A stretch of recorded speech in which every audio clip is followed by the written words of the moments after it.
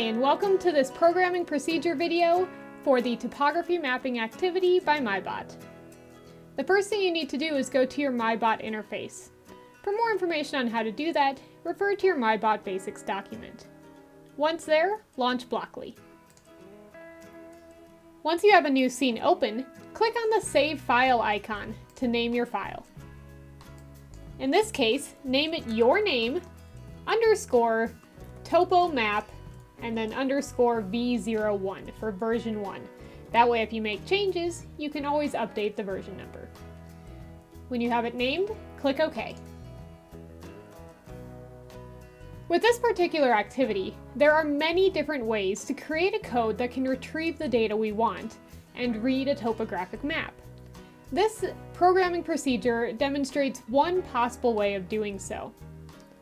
In this activity, I'm going to show you how to program your robot to travel in a straight line and get a color reading every 0.3 seconds.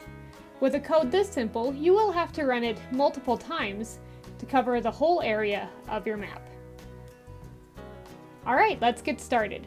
Since we want to create a repeating action, the first thing we need to do is go into the Loops menu. From there, we can grab a repeat while true command and drag it into our scene. We want to make sure that we connect it to this fusion start block, so when you drag it in, make sure it attaches onto the bottom of that. You can sort of hear it click into place when it does so. We want our robot to be repeating two different actions. The first action we want it to do is read our color sensor and then print what it reads. So in order to print any sort of a value, we need to go into the text menu. From there, the top option is a print command. So you can click on that and drag it inside your repeat command. Make sure it is nested within that command, otherwise it'll only do it once.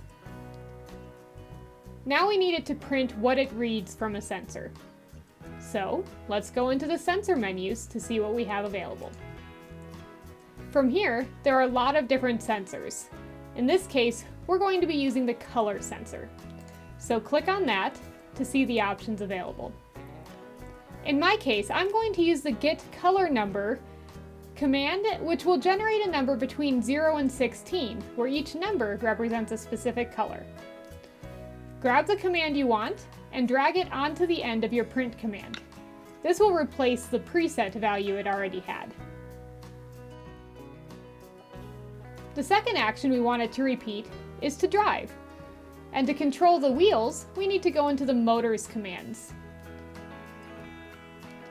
From the Motors menu, you can find the option for Drive at Speed. Bring that into your command and attach it directly below your print command, so it is still nested within the repeat. Choose a value for the speed you want to drive at. In my case, I'm going to type in a value of 40 and click Enter. Finally, we need to tell the robot how often we want it to repeat this series of commands. And to do that, we're going to use the Time menu.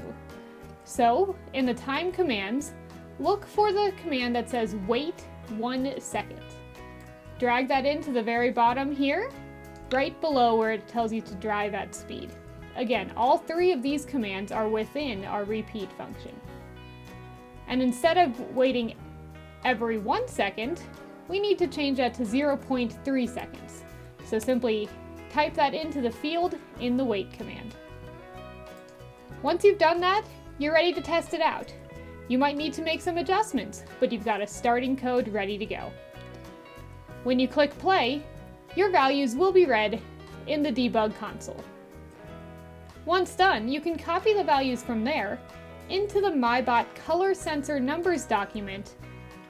From here you can see what the numbers correspond to on the key and use the blank command to copy your values in. These will immediately color code them so you know what colors your robot traveled over.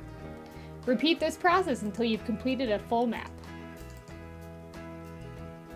Great job creating this code! Now you can go about analyzing the data that your robot has generated for you.